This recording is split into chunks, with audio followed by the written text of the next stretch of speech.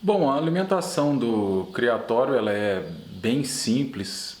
Sementes, as sementes que existem no mercado, cada criador pode fornecer aquilo que ele tem à sua disposição. Alpiste, painço, senha, níger, aveia. E cada criador também tem a quantidade de sementes que faz na sua mistura. Pode dar tudo separado, pode colocar as porcentagens ali, misturar e fornecer para eles. Tem periquito que vai comer mais alguns tipos de sementes, alguns vão comer mais alpiste, outros vão comer mais aveia, outros já gostam mais de painço e por aí vai.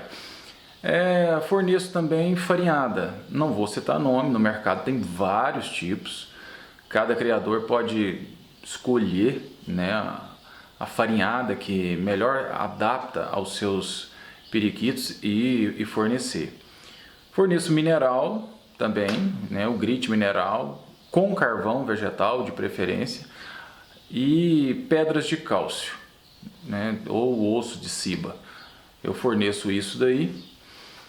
Água limpa todo dia. Nas voadeiras eu costumo trocar a água de manhã e à tarde. Nas gaiolas só uma vez por dia.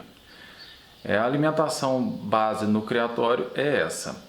Como as farinhadas já tem todo um complexo vitamínico ali, hoje eu não forneço mais verduras e legumes, mas já forneci. O problema de eu ter parado foi a dificuldade de encontrar verduras e legumes orgânicos, que o problema é o agrotóxico. Eu já perdi muito periquito com problema de agrotóxico em verduras e legumes. O periquito pesa grama, então se você não conseguir eliminar o agrotóxico que tem no alimento, causa um dano terrível, sabe? Filhotes morrem, aves ficam debilitadas, fica doente. Foi só eu parar de fornecer esse tipo de alimento com agrotóxico que eu comprava numa feira e fornecer só a ração vitaminada, eu parei de ter problema. Em 2013 eu tive um sério problema aqui no criatório e foi por conta do agrotóxico. Foi a última coisa que eu mudei. Eu mudei o tipo dos ninhos, eu imaginei que poderia ser a serragem que eu colocava dentro do ninho, imaginei que poderia ser a água, algum produto estava vindo na água, troquei a semente, comecei a comprar de outro fornecedor. A última coisa que eu resolvi trocar foi a chicória e o milho que eu fornecia. Quando eu parei e comecei a fornecer uma farinhada já com todo um complexo vitamínico que já vem balanceado de fábrica, eu tive uma resposta muito melhor e foi o agrotóxico. Então, tem criador aí que se estiver usando e estiver tendo algum tipo de problema, pode ser verduras e legumes com agrotóxico. Faz mal até para nós humanos, que dirá para um animal que pesa grama, né? Então tem que tomar esse cuidado. Mas a alimentação aqui é muito simples. Esse básico aí e nada mais que isso.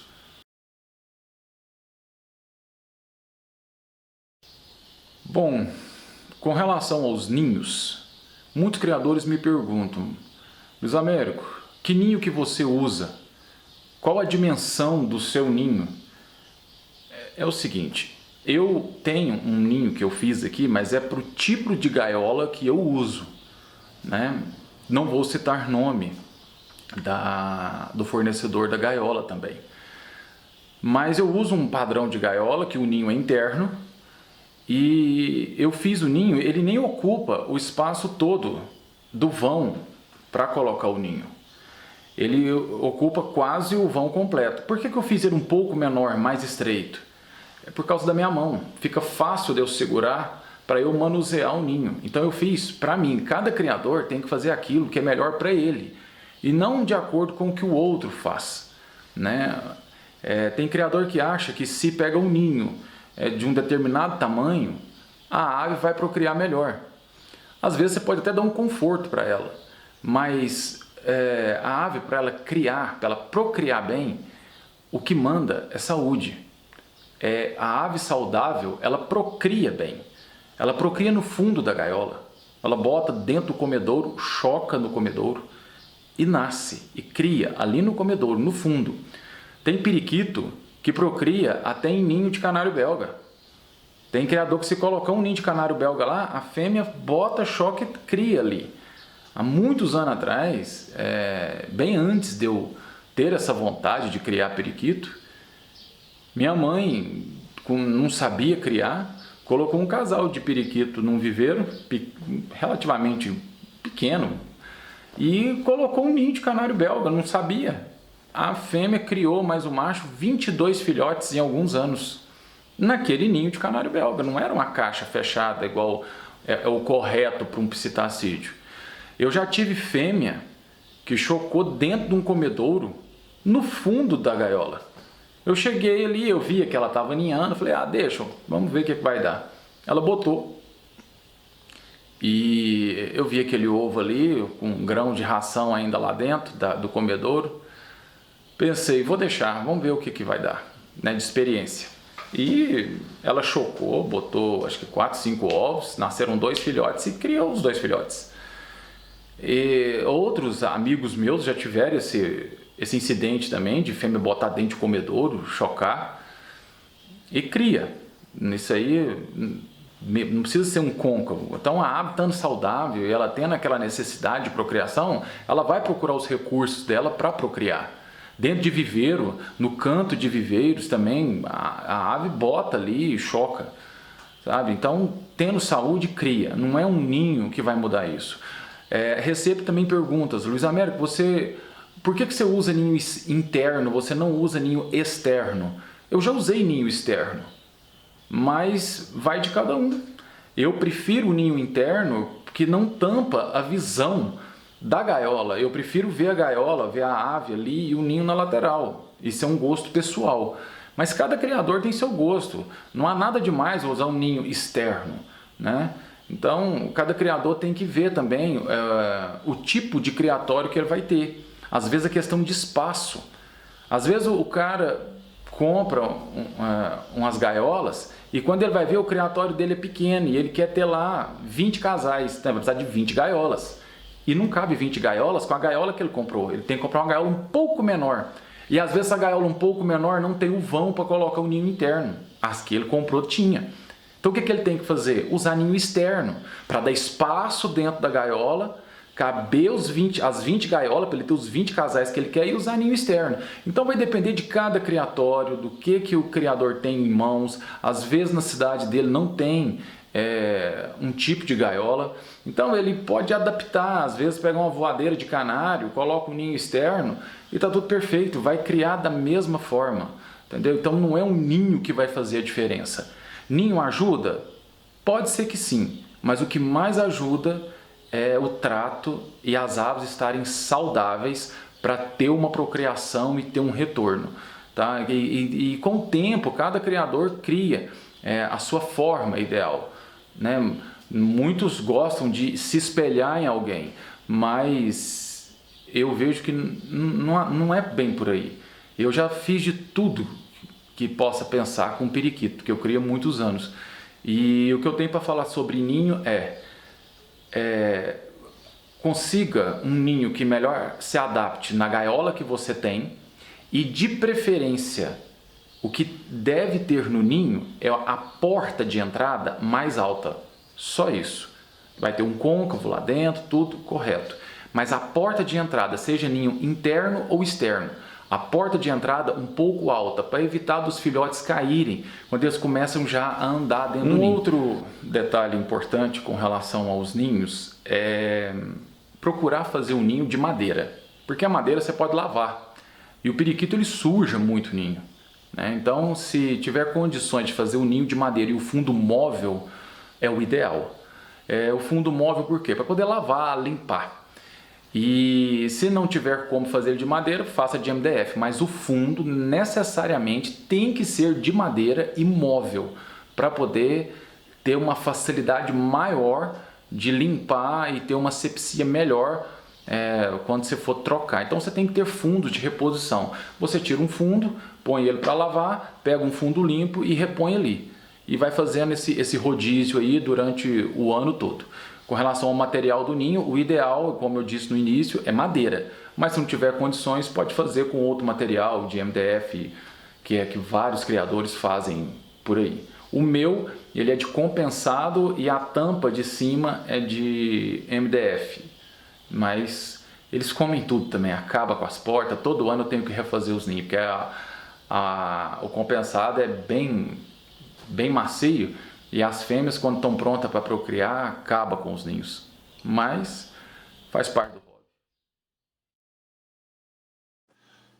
Este ninho é o ninho que eu utilizo, né? A tampa é de MDF, a porta mais alta para evitar que os filhotes caiam, né, fora do tempo. Ele tem um parafuso que funciona como uma gaveta dentro da gaiola. A largura dele é para facilitar eu segurar, né? Eu já fiz ele próprio para minha mão, por isso que ele é mais estreito. Lá dentro, o fundo de tábua, né? Basta virar o ninho, a tábua sai para poder lavar, né?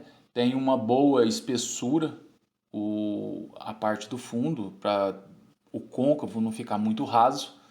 E é tudo muito simples, pode lavar, né, desinfetar, e aí você repõe novamente dentro do ninho, tranquilamente, né, tudo muito simples, tampa e pode usar novamente. O ninho é feito compensado, né, e as dimensões vocês estão vendo aí no vídeo.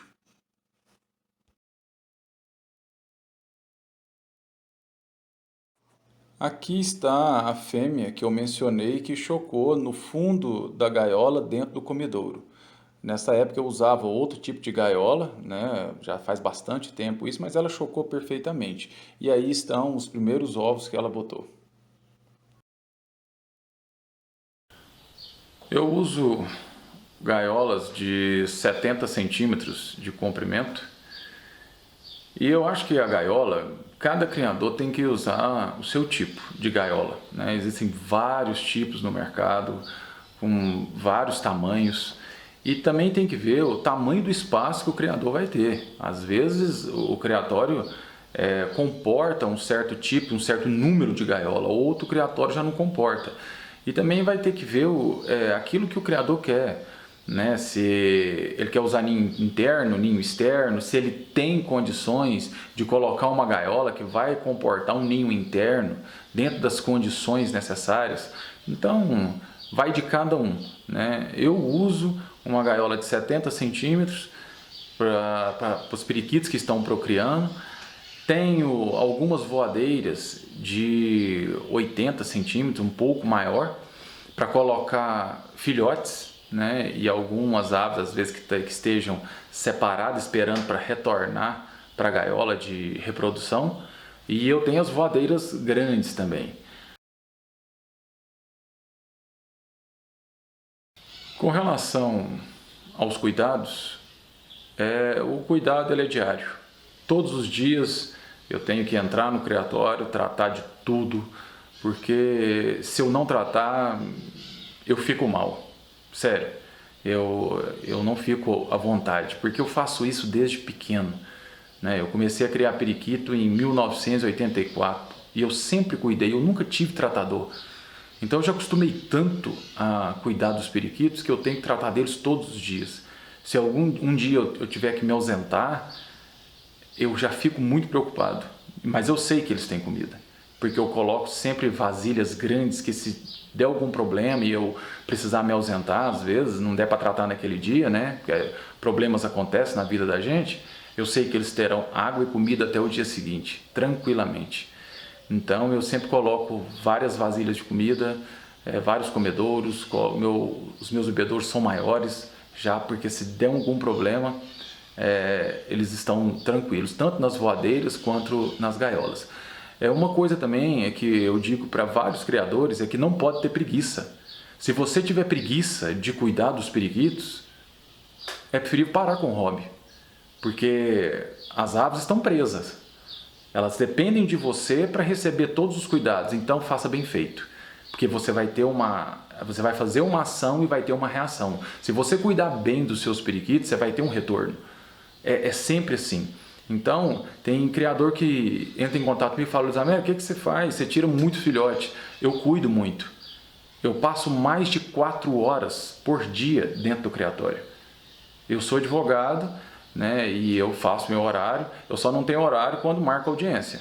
Aí, quando tem a hora marcada da audiência, eu tenho que estar lá. Mas fora isso, eu posso peticionar à noite, eu posso trabalhar à noite, eu posso fazer toda a noite quando eles estão dormindo. Mas durante o dia, eu me organizo. Se precisar de ir ao fora, eu vou, faço as minhas coisas na rua, mas eu reservo uma boa parte do tempo do dia para os cuidados diários dos periquitos. E eu garanto para vocês, eu já marquei no relógio, o mínimo que eu fico dentro do criatório, porque eu tenho 2, é 4 horas. É o tempo mínimo. É uma manhã inteira, vamos assim dizer. Aí às vezes à parte da tarde ou à noite eu faço outras coisas, mas isso é o mínimo. Geralmente eu fico mais de 4 horas todos os dias dentro dos criatórios para poder fazer tudo que precisa. Seja limpar até um puleiro numa voadeira, o chão, canto sujo, fazer uma limpeza diária, fazer controle contra possíveis surgimento de piolho, porque eu faço esses combates, né? No mercado tem vários remédios que podem combater isso. Então, para não surgir, a gente tem que trabalhar antes daquilo acontecer, para que não aconteça. Então, eu limpo o quarto, eu desinfeto, eu olho os ninhos, se tiver algum problema eu estou ali limpando. E quando você olha no relógio, já passou várias horas que você está ali.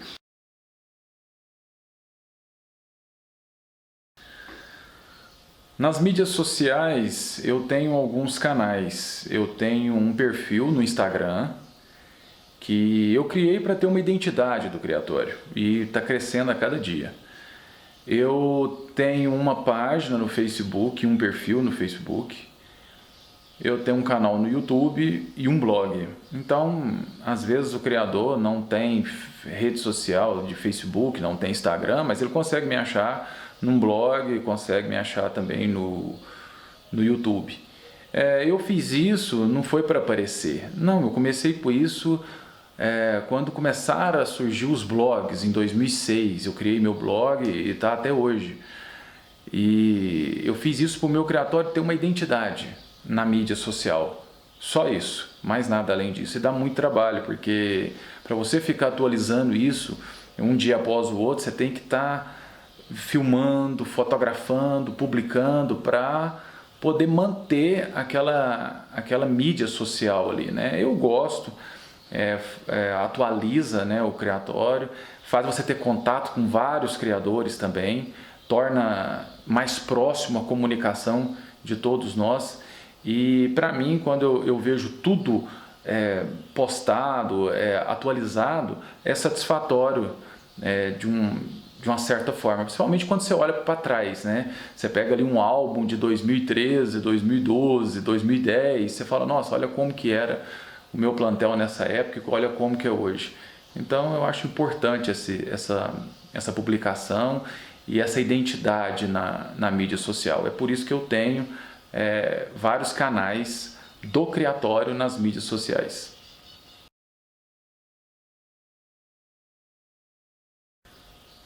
A dica que eu tenho para dar para criador iniciante é, primeiramente, visitar criadores mais experientes, que já estão no hobby há bastante tempo. Com essa visita, o iniciante já vai sanar várias dúvidas, e dentre elas, manejo, trato, alimentação, a forma de acasalamento e outros detalhes que você só vai conseguir com experiência e com o tempo. E visitando um criador experiente, você já avança um bom tempo ali. Dê preferência a aves jovens, do ano corrente ou do ano anterior. O criador iniciante ele é muito ansioso. Ele já quer o periquito para procriar no mês seguinte ou no mesmo mês que ele comprou. E não funciona assim. A natureza não anda na velocidade que a gente espera dela. Então, a ave saudável, ela cria bem. Então, dê preferência a aves jovens, mas dê tempo a ela. Ela vai acostumar com um novo local, com um novo criador. Às vezes ela sai de um criatório, de um criador experiente, que lá tem 300, 400 periquitos. Então é um tipo de barulho, ele nasceu ali, ele está acostumado ali. Quando ele vai para o criatório novo, às vezes você tem 10 periquitos só. Então é pouquíssimo barulho, eles vão demorar mais tempo a acostumar com um novo local, com a nova alimentação, com um novo trato. Então, o criador tem que ter paciência, tá? Porque todo mundo começa de baixo, é um degrau após o outro até chegar lá em cima, mas todo mundo chega. Tem espaço para todo mundo. Aquele que se dedicar, aquele que procurar estudar, não ficar só em rede social, estude. Tá? Procure na internet artigos, tem vários artigos na internet. Se tiver em outra língua, tem tradutor. Basta estudar, estude, visite criadores mais experientes, vá praticando e dê tempo ao tempo, que a resposta vem. Tá? É devagar, mas vem. Para todo mundo vem. Agora, o que o criador também precisa entender é, se você se dedicar, tudo que você se dedica dá um retorno. Se você deixar de lado e não se dedicar com afinco, você vai ter um retorno também negativo. Então, é só ter força de vontade, paciência, deixar a ansiedade um pouco de lado e ir participando desse hobby maravilhoso que é a criação de periquito, que a resposta vem. Tá? É o que eu tenho a dizer para o criador iniciante. Visite criadores mais experientes e dê preferência a aves jovens. Tá? A resposta vai ser muito mais positiva do que já comprar ave que já reproduz e esperando já que ela reproduza no seu criatório. Eu já tive essa experiência, já adquiri aves assim, mais velhas, que já reproduziam, e quando chegou no meu criatório, elas estavam saudáveis, mas não reproduziu mais, sabe? Não sei a causa. Viveu muitos anos no meu criatório, mas foi reproduzir muito tempo depois. Ela parou de reproduzir. Então, não foi culpa do criador que me vendeu. Não, a ave estranhou o local, porque ela sai de um local que ela está acostumada há anos ali e vai para um local novo. É a mesma coisa, se você for comprar, todo mundo aí que já compra, às vezes um cachorro, compra ele filhote. Ele se adapta mais ao novo dono, ao novo local, entendeu? Se você pegar um cachorro já mais velho, ele pode ter uma dificuldade maior de se adaptar a um novo ambiente. Gato, peixe, e com periquito não é diferente. Então, dê preferência a aves jovens, tá?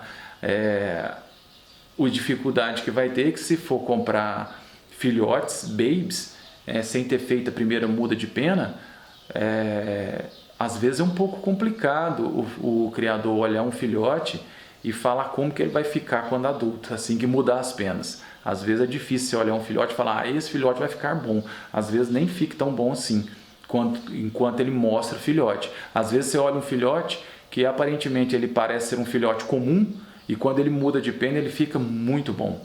Então tem a questão de comprar baby tem só esse problema aí, mas eu prefiro que o criador aposte no baby, né, que a resposta no futuro é mais positiva. Mas se não for possível, o criador não optar por comprar baby, dê preferência a aves do ano corrente ou do ano anterior. É o conselho que eu tenho para o criador iniciante: estudar e visitar criadores mais experientes.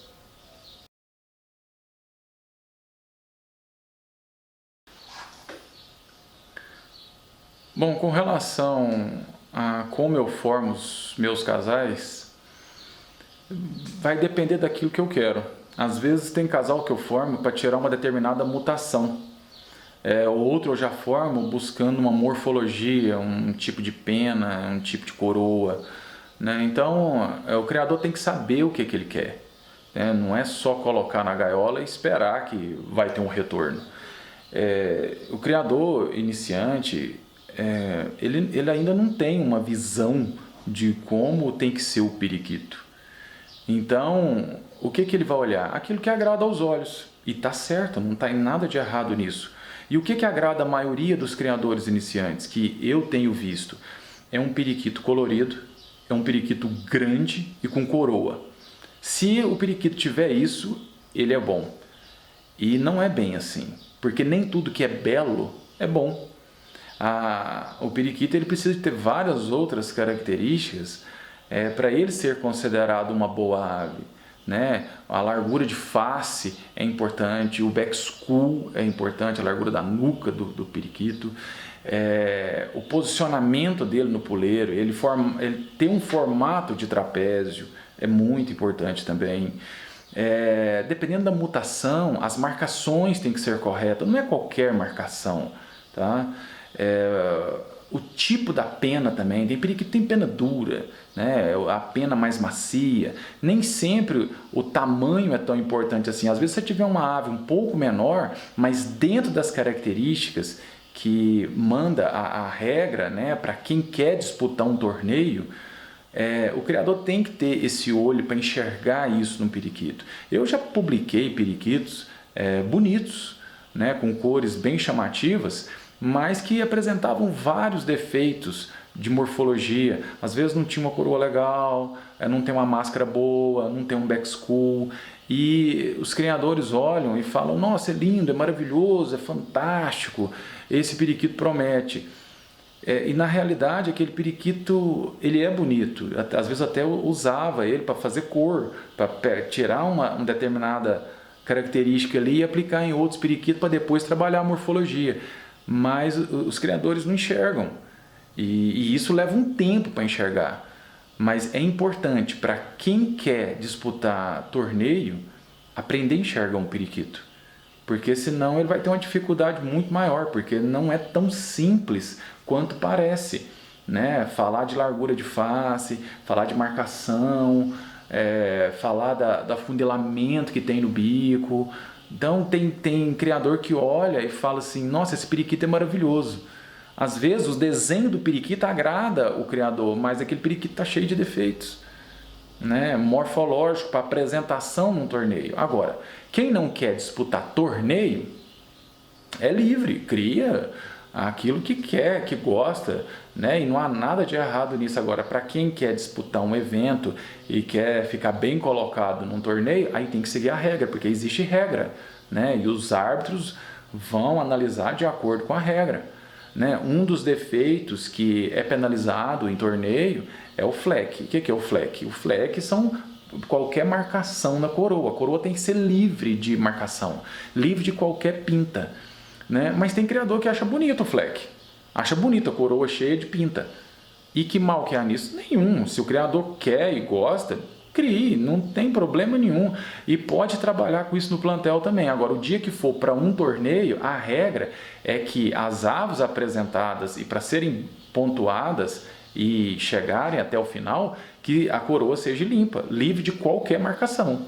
Então, para apresentação em torneio, ele vai ter que levar aves limpas, né? Coroas limpas, direcionadas limpas e com outros requisitos também. Não basta só a coroa ser limpa, ele vai ter que ter todos os requisitos ali de acordo com a regra.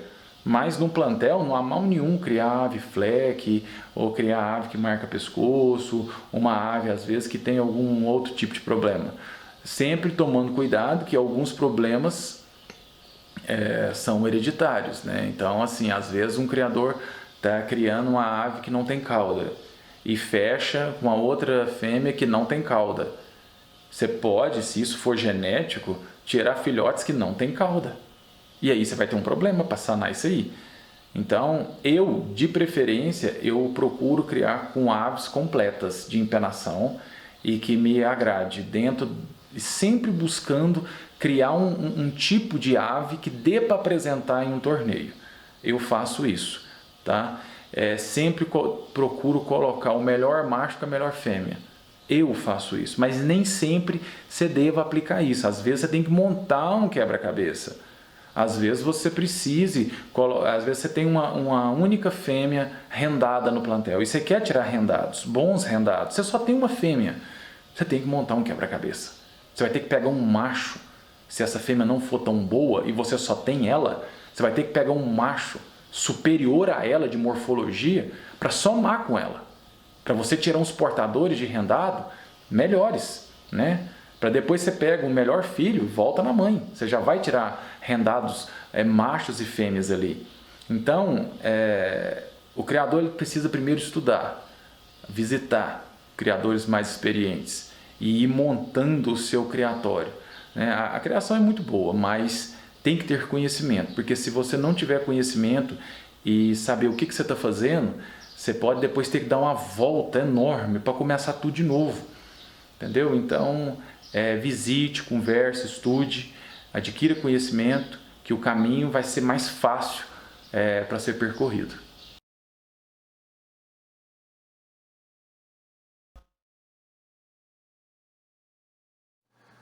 Aqui estão alguns pedigrees que eu consegui de outros criadores. Esses aqui são do Renato Shoa.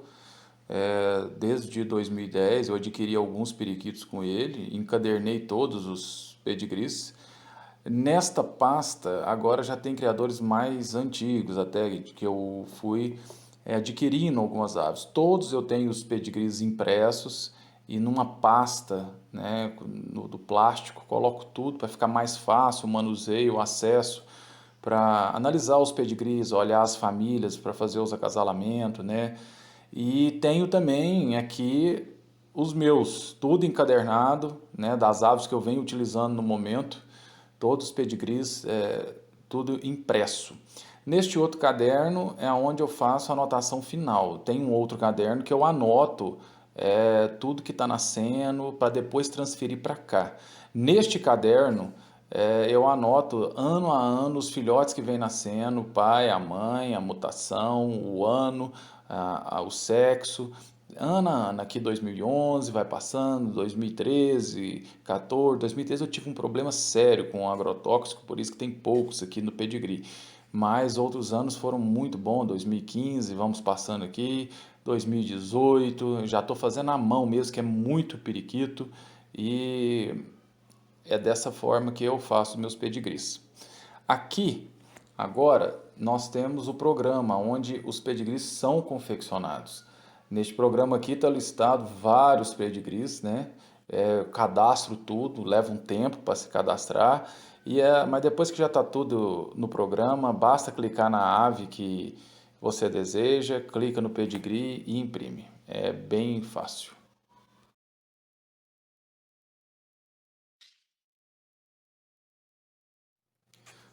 Por fim, eu quero deixar um recado aqui a todos os criadores.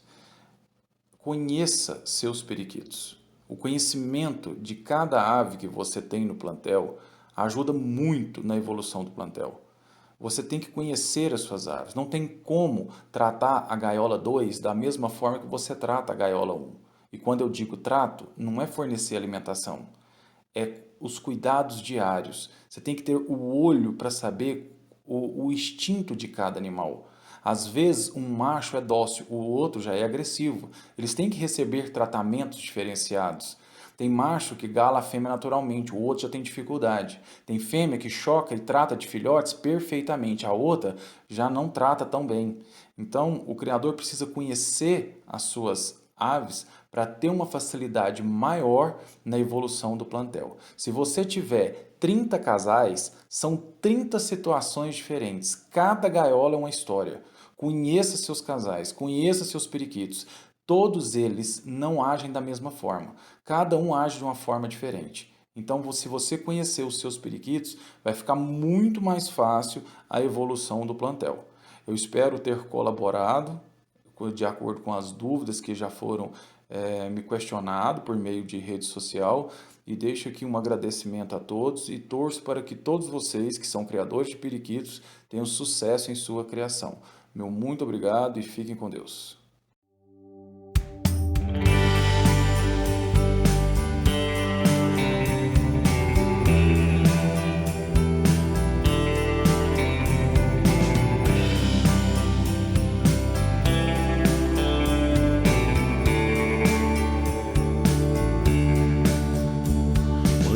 Like snow is finally coming our way. It's the perfect backdrop for this special day. Yeah, that's Rudolph leading the way with his nose so bright. Yeah, the stockings are hung by the chimney with care.